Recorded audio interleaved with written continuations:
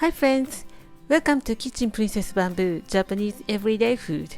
Today I'm gonna be showing Shokupan for beginners with real-time hand kneading.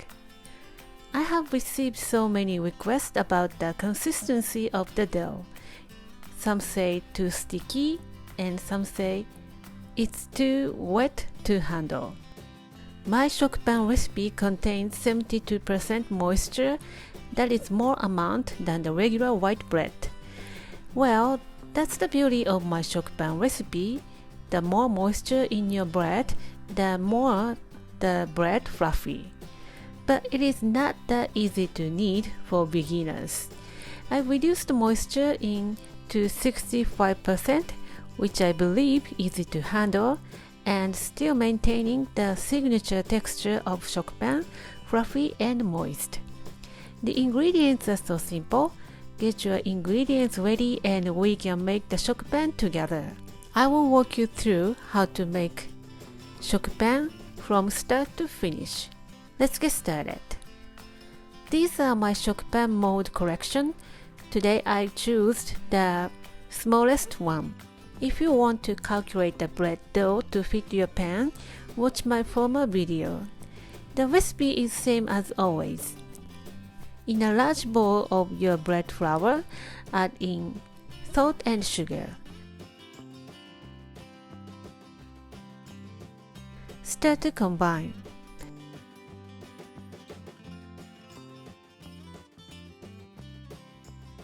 Add in instant dry yeast. You can use active dry yeast. For instant dry yeast, just add the same amount. You should adjust the time of the proofing. Yeast shouldn't be direct contact with salt and sugar because they might deactivate the yeast. Pour in lukewarm water in 3 to 4 stages. I don't want you to add water all at once because it's going to take more time to mix everything nice and even.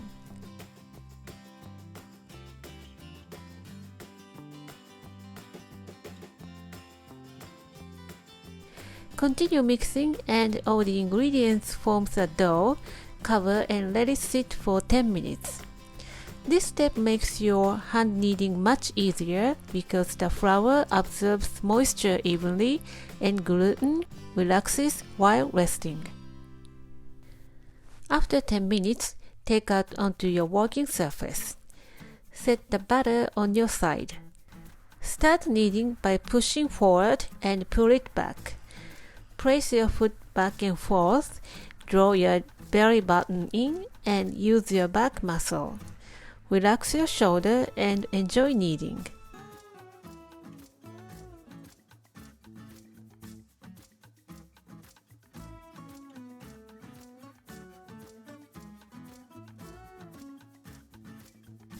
Knead 5 to 6 minutes.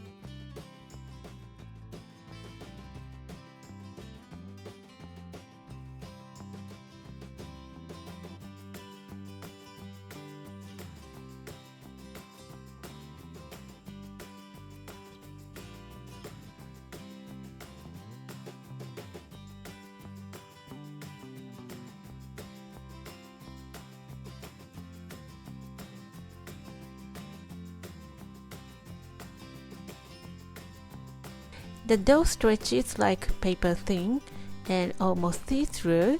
It's time to add butter.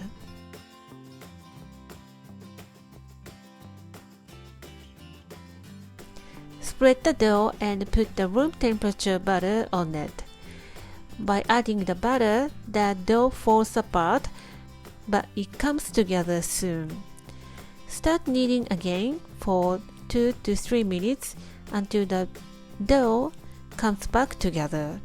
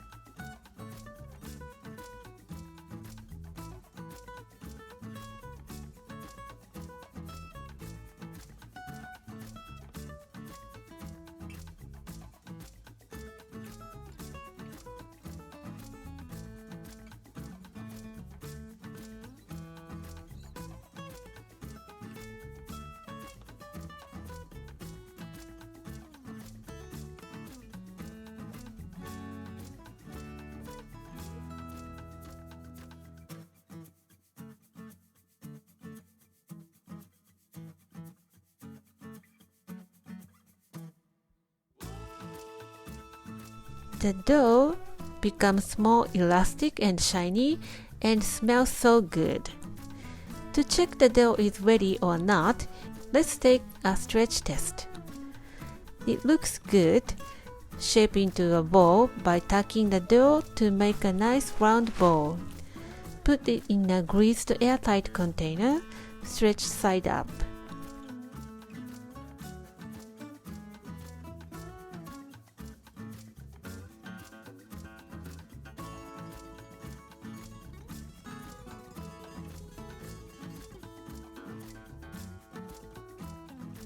Let it rise for 30 to 35 minutes or until almost double in size at 30 degrees Celsius for the first rise.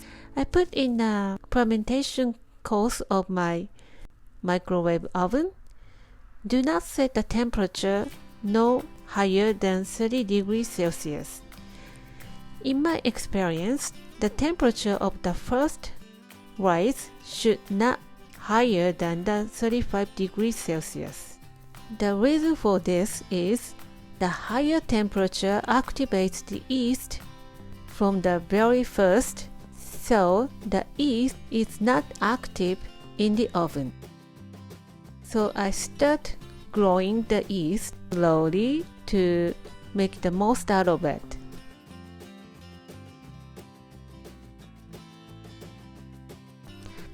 After 25 minutes, my dough doubles in volume again. Poke with your dusted finger and the hole you have just made is not shrink back. Take out onto your dusted working surface and cut into two. Today it weighs 220 grams each dough.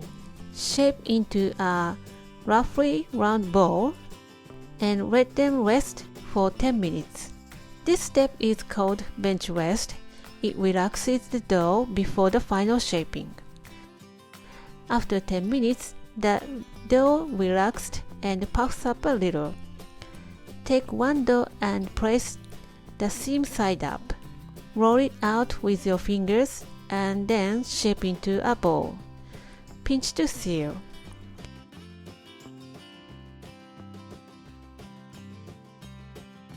Repeat the process to the other dough.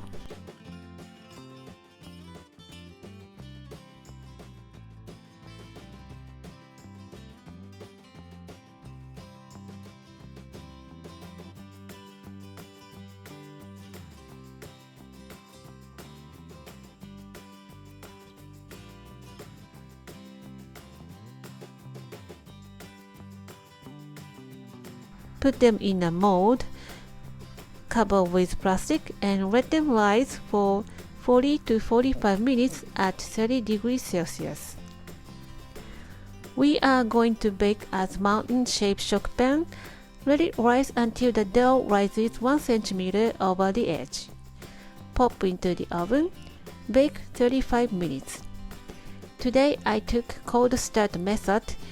Start baking at 100 degrees Celsius, then set the oven to 200 degrees Celsius and bake it 50 minutes in total.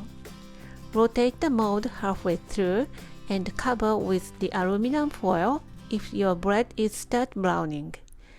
Take out the mold and tap it onto a countertop to remove hot air inside. This will prevent from shrinking. Then take out onto a wire rack. Let it cool to room temperature before cutting. Let's slice and see the inside. It's not that soft like my original recipe, but still tastes very nice. It makes a crispy, good toast. It's much easier to handle, so I recommend to start baking with this recipe. I hope the video is helpful for you, and I hope you learn how to make shokupan, and I hope you will make this recipe very soon. Thank you for watching the video. Give me a big thumbs up and share the video with your friends and families, and don't forget to subscribe to my channel if you haven't done so already. Follow me on the social media and tag me on your post if you give it a try. And go to my website for the printable recipe and more information. And my store on Amazon has pretty much everything that I'm using in my video. Thanks again, and I will see you soon. Bye!